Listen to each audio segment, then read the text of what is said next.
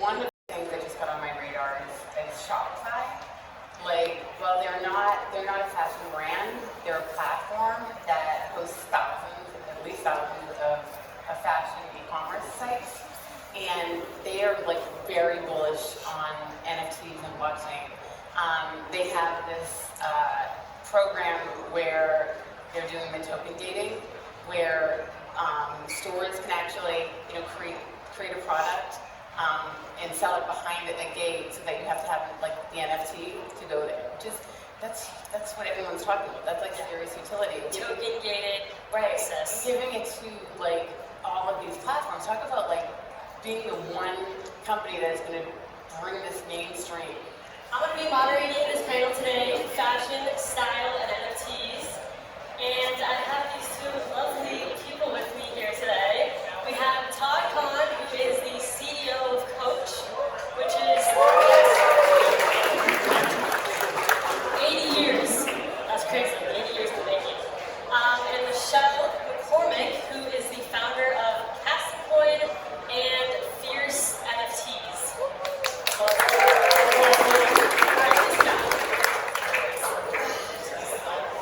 Top spot here. Alright. My game plan, by the way, I would like to chat for about 20 minutes. And we have 25 minutes, so if possible, I would like to kind of potentially do a little Q&A. I don't know if that's possible, but, if you have a question, maybe save it till the end. I would like to bring a couple people up. If we can, I think that'd be fun. But yeah, let's start with Michelle. Let me introduce our guest here. Michelle is the founder of Coin and Fierce Studios NFT. She's been a fashion photographer for the past 20 years and has been in the Web3 space for the past 5 years.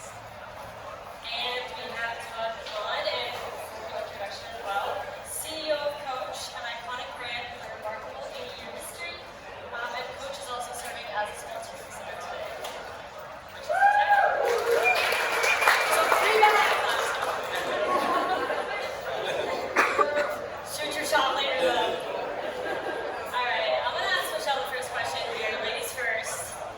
How have you combined the fashion and NFTs? Really good question. So the short answer is NFTs, PFP collection, and metaverse. And so I started Fierce Studios, which has a PFP collection of 10,000 models, called Fierce models, based on 10 real fashion models. And we partner with fashion brands to do giveaways in the beginning, but now we're moving into the metaverse, and we're partnering with them on wearables and events. And that's like our short-term vision for that. What metaverse? So we're in Decentraland. We're opening in Decentraland. Is anyone in Decentraland? Okay, got some people. Alright. We did crypto boxes for a little while just to sort of test it out. We had parties in there every week. And so we got used to the metaverse vibe, and now we're in Decentraland. I like Decentraland. It's been around since 2017. It's like the OG metaverse, It's good. It's hard to say 2017. I mean, OG, I know. okay. Well, for NFTs, 2017 is For crypto. yes. Okay, let's ask Todd a question here. I know you're not super into the Web3 space. I'll let you kind of say that, but my question for you is, how can legacy brands like Coach look to Web3 to stay relevant? So we were talking backstage, and what I told her when I was asked to do this, I said, it's a little bit like bringing an atheist to a Christian conference. And Gary has convinced me that I'm going to go from being an atheist to agnostic to, by Sunday, I'm going to be born again preaching. The Web3, metaverse, NFT world. But Coach, we are an 80-year-old brand, and we make incredible, wonderful product that actually we talk about that lasts multiple lifetimes. And we are fundamentally focused on the customer's experience. So when you put the customer in the center, it changes a lot of things. It makes you a little bit more cautious because we want the customer to have a great experience. So for us, our first foray, and my team is here, so they are the experts. Our first foray into NFT was a gamification, and it was free. And those are the type of things we're going to look to. I'm worried about ideas like you buy and then all of a sudden it's going to go up 30-fold, and then the last person who bought it, then it goes down, and then they think poorly of Coach. So I want to be careful about that. We're also very, very into sustainability. We have goals out there about sustainability, so we have to think about things that other people may not have to think about. What's the crypto energy usage? How does that fit into our sustainability guidelines? So there's a lot of factors. I actually think, though, fashion is always led with newness and innovation. And we will do that.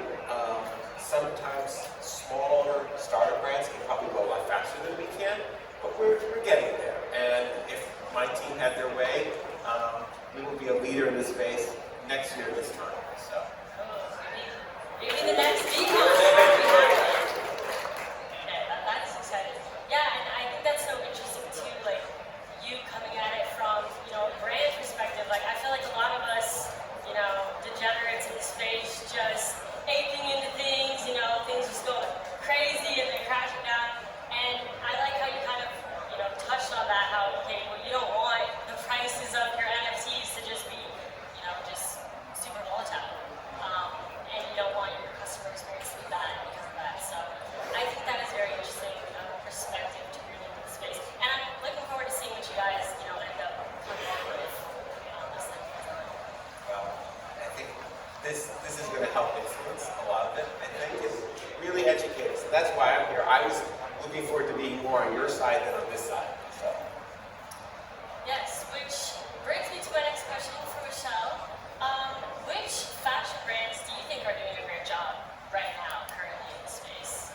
That's a really good question.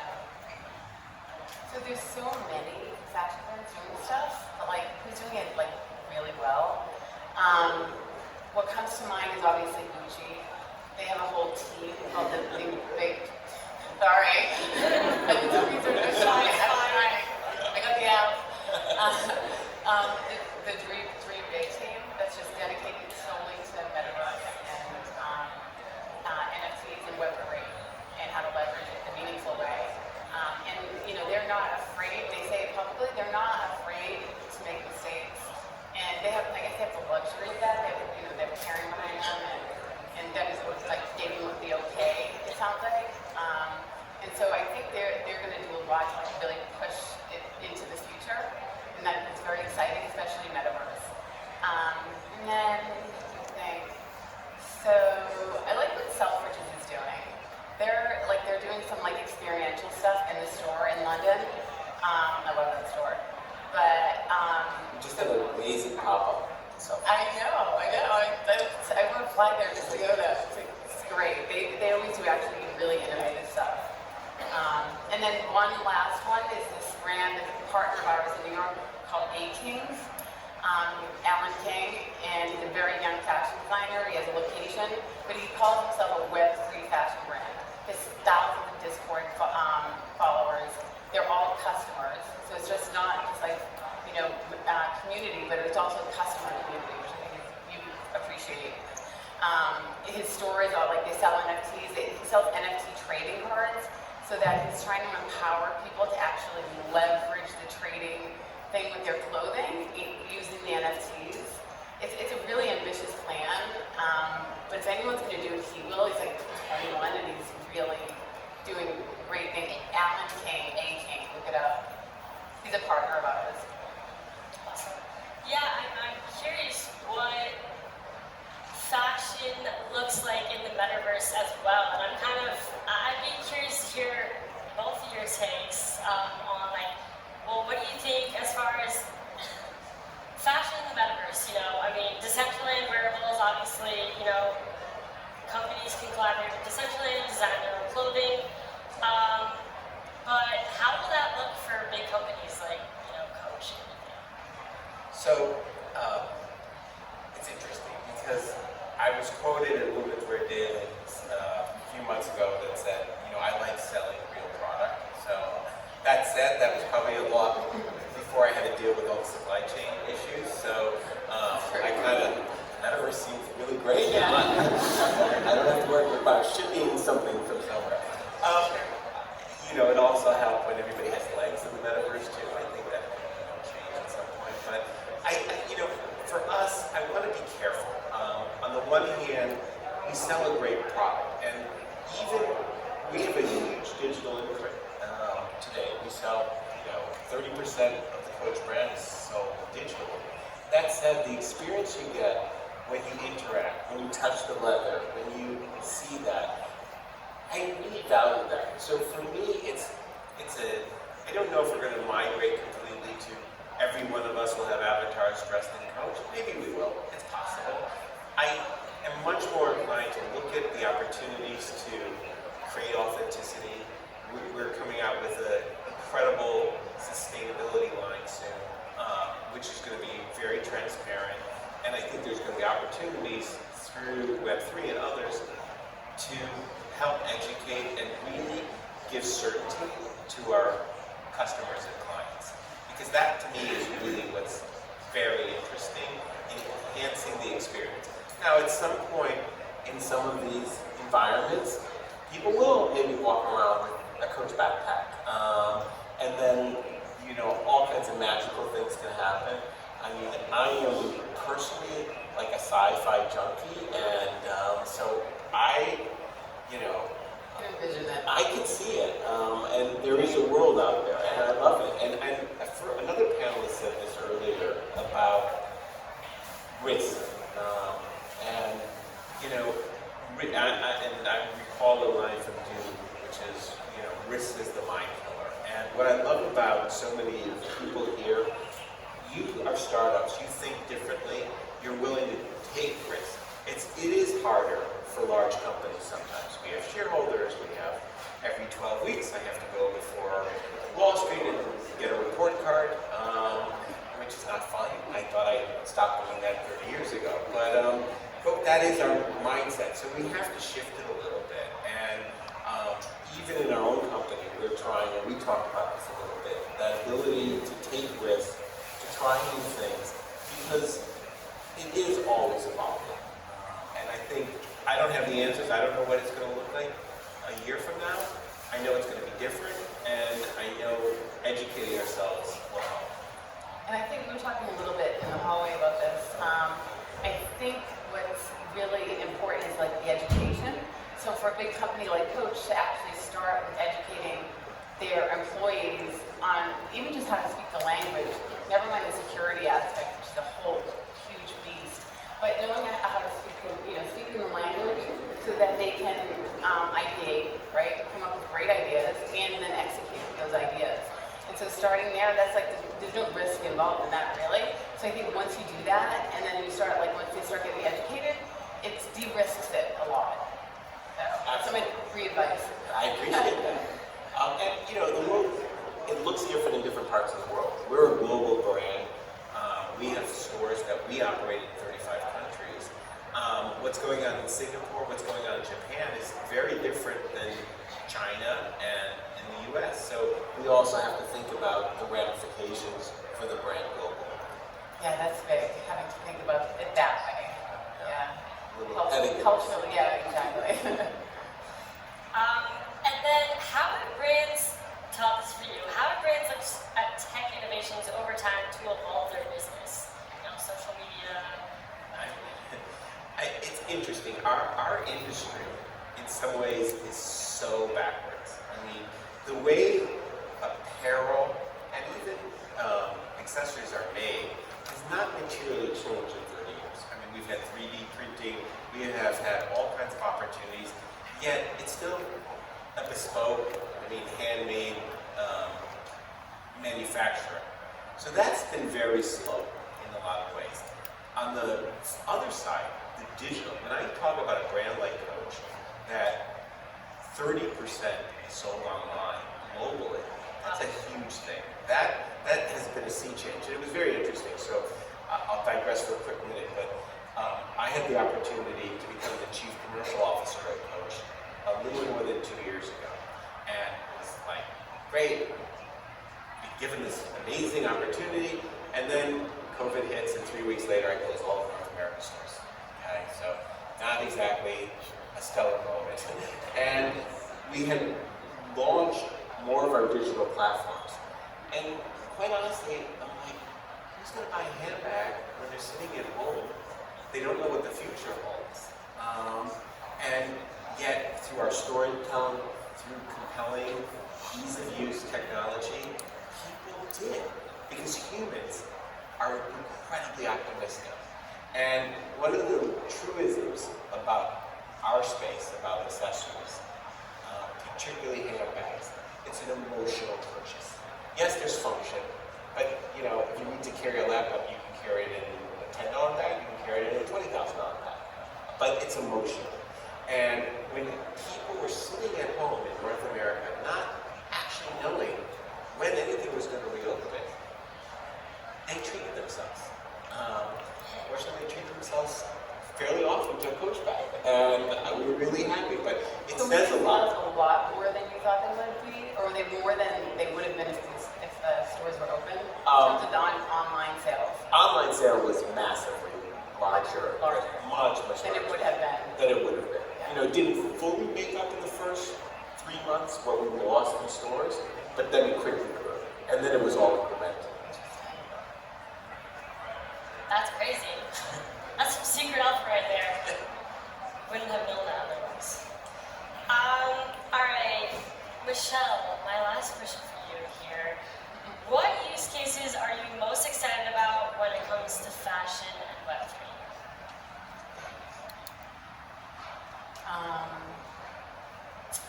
So one of the things that just got on my radar is Shopify. Well, they're not a fashion brand. They're a platform that hosts at least thousands of fashion e-commerce sites, and they are very bullish on NFTs and blockchain.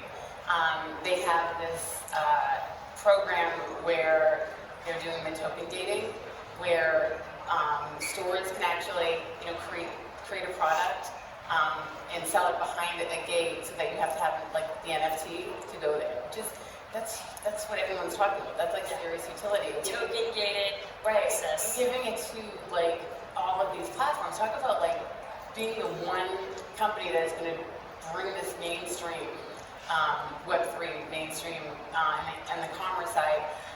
They're also giving people the ability to create their NFTs and sell NFTs, pay with crypto, like all of that. So in terms of the use case, it's a huge idea, and I love it. And then, what else?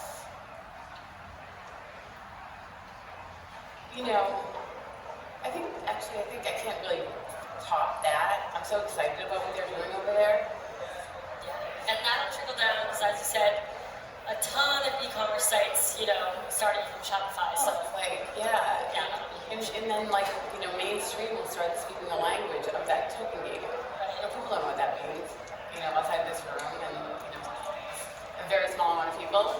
But you bring it out to Shopify, and everyone's saying Middle America, basically, and that's how Facebook or that kind of and so it's really exciting. Keep an eye on them.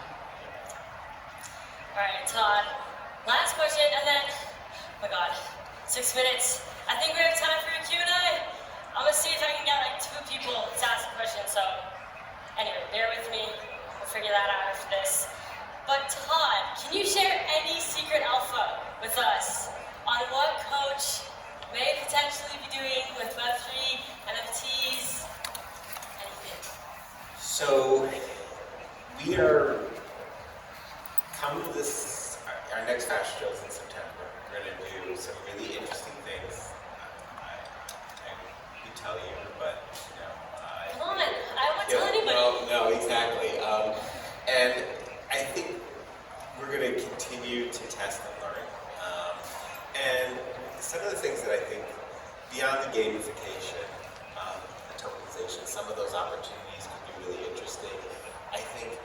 we have, we have another Jenny from the block in our, which is not the block. Jenny from the block, and then Jenny from the block, our two major influences.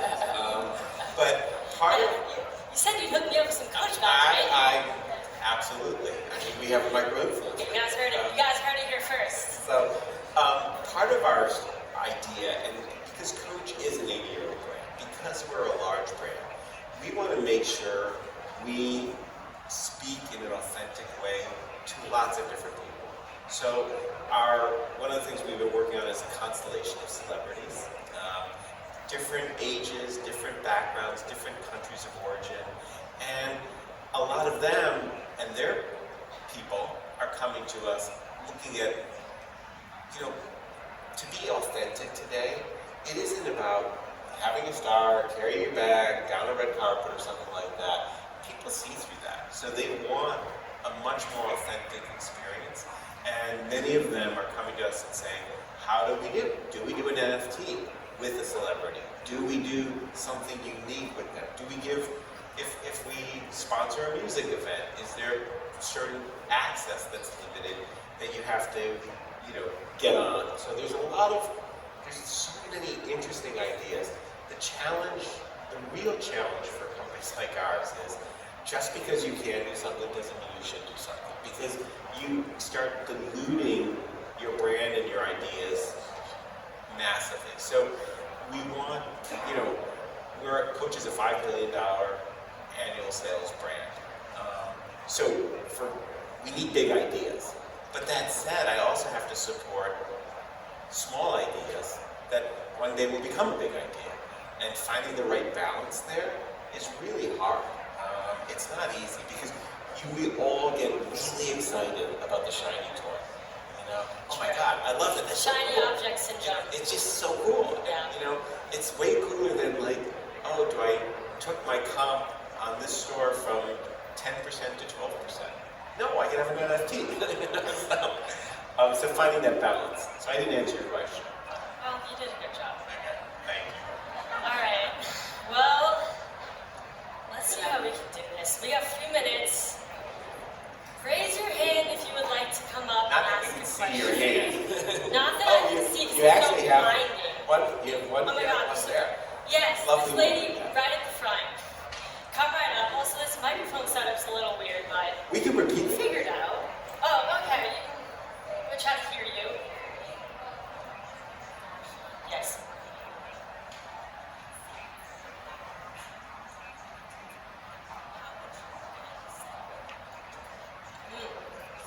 That's a good question.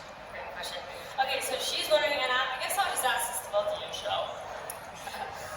Okay, so it's kind of relevant to you too, because she said, if you're coming from a fashion perspective, fashion brand, and you don't have experience in Web3, how would you come into the space as a fashion brand? I become a user first.